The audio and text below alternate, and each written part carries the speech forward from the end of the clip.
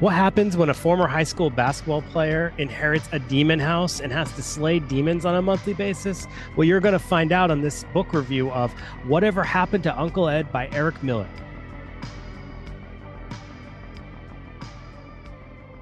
Hey, everybody, what's up? This is Dave from PVD Horror. And today, as mentioned, I am doing a book review of Whatever Happened to Uncle Ed by Eric Miller. And you may recognize this book or that name because Eric stopped by our show and had a long chat with us about his career as a screenwriter and also many of his books. And this is his latest book, which he was so kind to send to us. And I am actually like, such a huge fan of Eric Miller now because I wasn't aware of his writing skills until I dug into this.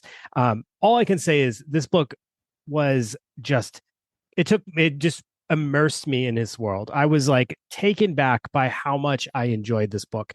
I was fully immersed in this world that I never thought that I would actually like be so drawn into. And let me explain. So the plot line follows Max, and it kind of goes back and forth from it goes then and now. That's kind of how each chapter kind of goes.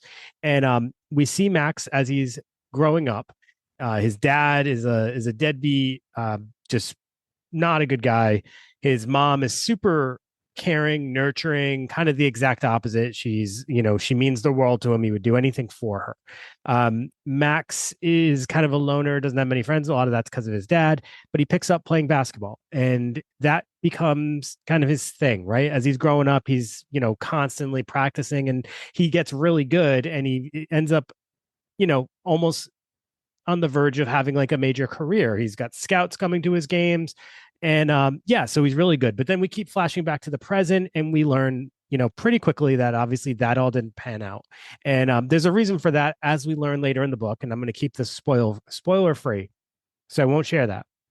But it is really actually like, what's the best way to say this? It's it tugs on the heartstrings actually, the story. And that's the thing I love about this. There's like it's kind of a crazy story. The plot line is like on paper all over the place. We got basketball, we got demons, we have a crazy demonic, uncle. You got the home life situation. There's just so much here. You got people coming from the past.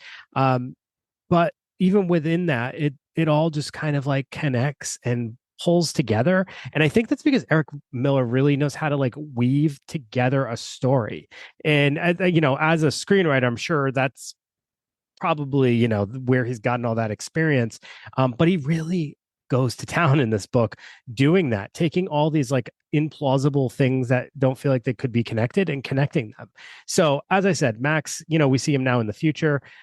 We learn that he's inherited this house from his uncle that was rich. It's this really scary looking giant mansion kind of house, and they go to live there. His dad works for his uncle, and then we understand that every month Max, now his uncle is no longer around, he now goes into the basement where there is a large cave that transforms when there's a full moon into whatever kind of scenario it wants to pull you in, right? So it might be for him, it could be like it transforms and suddenly he feels like he's walking on into a basketball court, or it's whatever scenario someone relates to heavily, it draws you in. And he has some friends with him that stay at his house, and you find out that these are former demons that he saved from the cave by going in there and fighting the demons.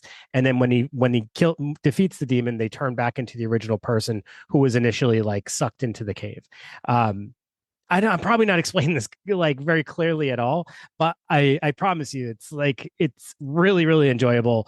Some of these people he saves come back, and like maybe they were from a different era, right? So they might be someone from the Vietnam War who he saves now, and is now he's kind of like got this team of people that are going into the caves with him fighting demons.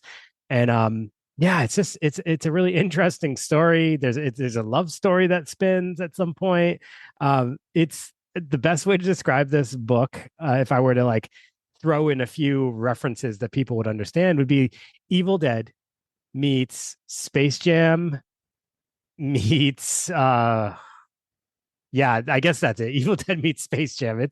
It's wild. It is absolutely wild. I think one of the things I really love is the character development of the main character Max. Like obviously there's all these like side characters involved and they're very interesting, fascinating. They have all they've their backgrounds that you understand, but you really get to understand Max, like why he presents the way he presents, what he's been through, how that's changed his perspective of the way he sees the world, or what the reasons he does the things he does, why he connects to the people he connects to. It's I just really appreciate the character development that is spent on Max. It's like I'm going to introduce all these other characters and I'm going to let you, get to know things about them, but I really want you to understand Max and I want you to understand what drives him. Right. And then he has his high school basketball coach who he's kept in his life and works for him as an adult. And he's another character who you get to know just enough so that you care about these characters, but not so much that they're going to overshadow or you're going to care more about them than Max, in a way, I guess you would say. But it's just like it's great character development. I really like that. The read itself is just flows, right? So you're reading it and the next thing you know you're like at the end of the chapter and you just want to keep going. It's one of those books where it's really kind of hard to not want to keep going forward. And I found myself as I would step away from it thinking about it and thinking about when I was going to go read it later and just like wanting to get back into it. So I think that's like such a important telltale sign for your enjoyment of a book is when we're thinking about it later or when you're excited to go sit down at some point and get back into it. So I really can't stress enough how much I really want people to check out Whatever Happened to Uncle Ed. And again, Eric Miller, his writing ability, the way he weaves stories and just puts everything together. It really comes through in this book, and I'm so impressed with it.